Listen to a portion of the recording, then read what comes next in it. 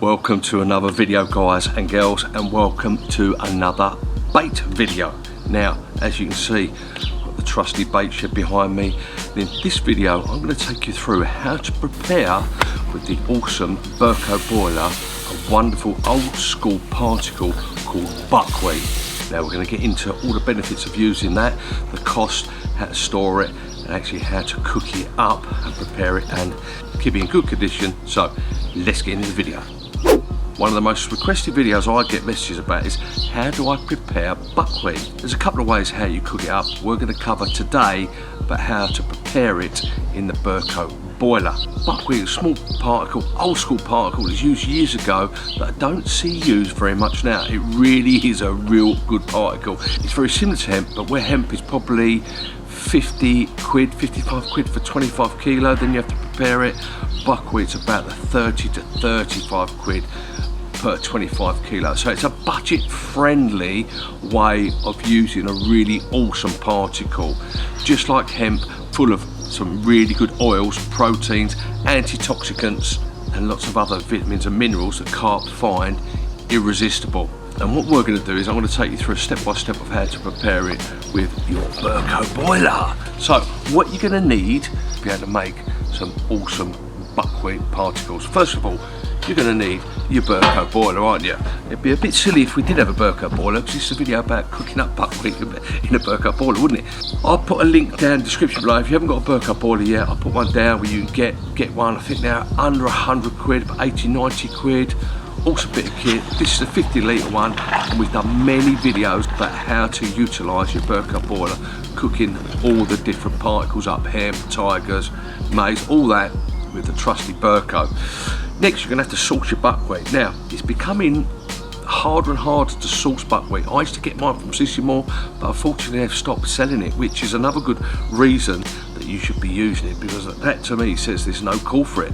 It's a bit of a particle that no one uses, but you know, it could give you a little edge. It gives me a little edge, because I see very, very few people using the old buckwheat. It is an awesome particle that you really should have a go at cooking up, or even just buying if you can find it, or you're prepared to give it a go. Then get on to using your Burco or the cooler box method. It's another way of preparing it. If you haven't seen my videos about using the cooler box, I'll put a little thumbnail up here.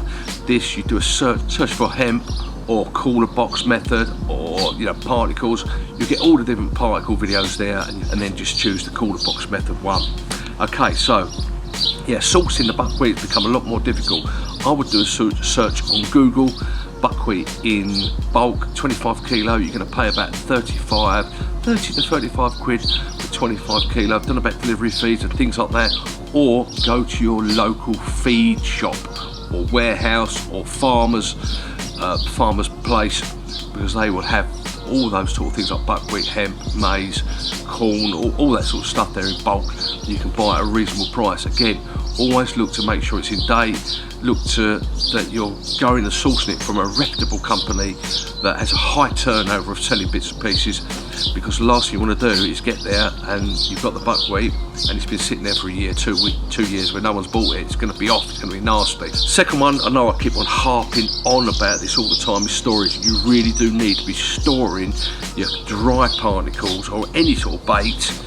I store mine in the shed behind, and you're going to get rats coming off the fields and things like that, so it needs to be in an enclosed storage box, a hard plastic garage box, or one of the dustbins that I use, that with a lid that you can lock on the top that's quite thick. I use lots of different types of storage units to both store my unprepared dry particles and my prepared particles that have got all the juices and water on them that you can keep for ages. So yeah, I know I keep going on about it, but please invest in your storage before and after you've made your particles, however you've made them yourself or you've bought them and you want to keep them. So let's go through and let's see what we need to do to be able to cook up this awesome particle buckwheat using our trusty Burco. Buckwheat's a seed, so you don't need to soak it overnight. So it's really easy to do. All you do is you fill up your Burco boiler about half to 3/4 full. I do. Turn it on. Make sure the lid's on, keep all that heat on, and get the Burco boiler actually boiling. Now, as I harp on all the time, I see a lot of guys out there, what they do is they just pour the water in and they pour your particle, your tigers, your buckwheat, hemp straight to Burco boiler, turn it on, and then let it boil up from there.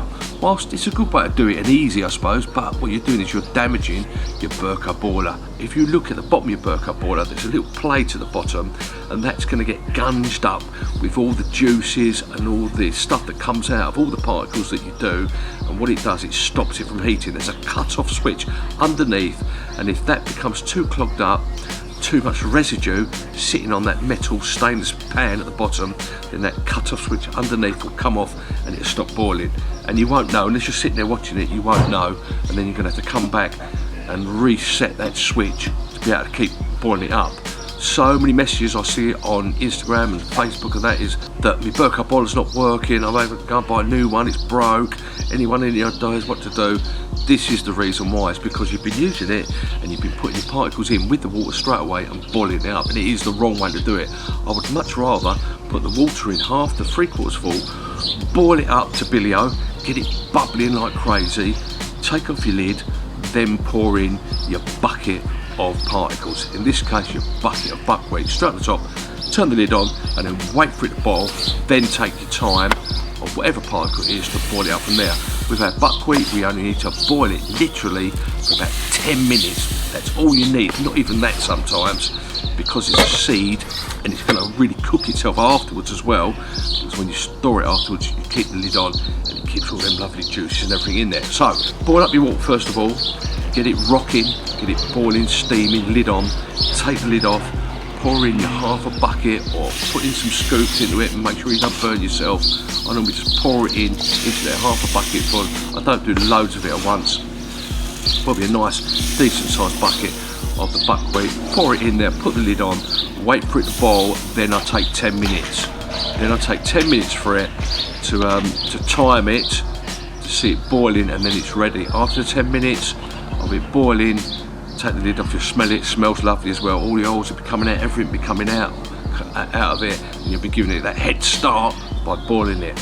Once it's boiled, turn it off, let it cool down for a little while. You don't let it cool down for too long, because what happens is all those particles sink to the bottom again, that plate, all the residue, it's going to stick to it, everything else.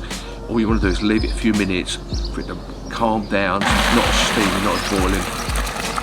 Then I transfer that into a sealable bucket, or I use sealable sort of rubbish buckets, but you can put the lids on and keep it on, and I'll pour it into one of those or some sort of bucket, and I'll put the lid on and keep the lid on. You don't want to leave the lid off because all that steam, all them juices, all them oils are getting out into the atmosphere. You want it to keep it in that bucket, keep it in because it'll cook itself a bit more as well. And that's it basically. Come back the next day and you'll see it, and it'll be perfect buckwheat. It'll be absolutely lovely. We love a bit of buckwheat.